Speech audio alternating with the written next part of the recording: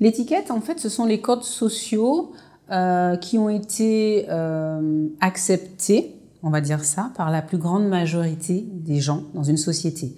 Là, en l'occurrence, on parle de l'étiquette française.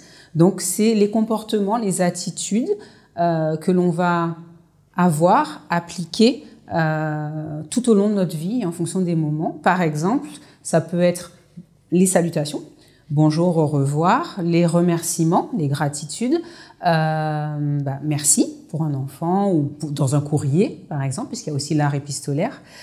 Comme ça peut être, comme je disais, par exemple, pour l'art de la table et la gastronomie, connaître les différents verres, le positionnement des couverts. C'est vraiment très, très large et c'est ce qui fluidifie nos rapports.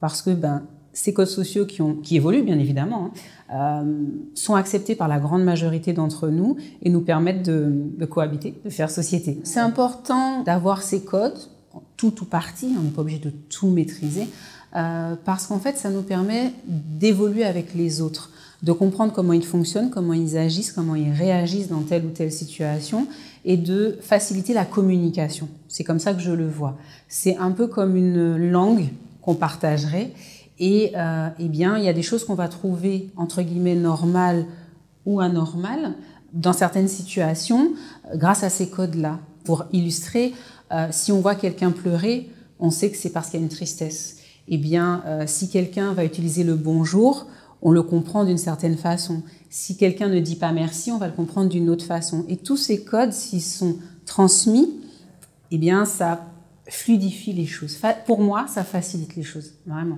Ma façon d'accompagner mes clients dépend du client. Si, par exemple, on est dans des étiquettes professionnelles, je mets en place des ateliers en partenariat avec les entrepreneurs ou les collaborateurs, de façon à améliorer, à faciliter la qualité de vie en entreprise. Mais ça peut aussi être la gestion de l'accueil, la gestion du téléphone, l'accueil des clients au téléphone, comment on répond à des mails, comment on envoie un mail à un PDG, un DRH, etc. C'est vraiment très large. Donc, on va dire communication de l'art épistolaire, donc l'écrit, à la communication non verbale et verbale. Ensuite, comment je vais gérer la transmission de l'étiquette sociale? Ça dépendra de l'âge. Si j'ai des petits qui ont 7 ou 8 ans, je ne vais pas avoir la même transmission qu'un jeune qui vient me voir pour apprendre l'importance de la tenue vestimentaire dans un cadre professionnel ou dans un cadre, je ne sais pas, pour un mariage, par exemple.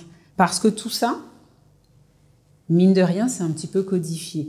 Donc même si on reste nous-mêmes, on ne peut pas changer nos personnalités, de savoir que dans tel ou tel contexte, on sera plus à l'aise ou plus confortable dans telle ou telle tenue ou avec tel ou tel comportement, je m'adapte à la demande. Pour me contacter, on peut me contacter par téléphone, par mail, ou alors via les réseaux sociaux, sur LinkedIn par exemple, ou Instagram. Merci de m'avoir accueilli et si bien accueilli. Merci de cette petite place que vous me faites parmi vous chez les entrepreneurs de Martinique. Pour le public en général, je dirais que je suis à votre disposition pour transmettre en fait ce dont vous aurez besoin, ce que vous pensez avoir à recevoir ou à transmettre à votre entourage, à vos enfants. L'idée étant de vous aider et de faciliter votre quotidien.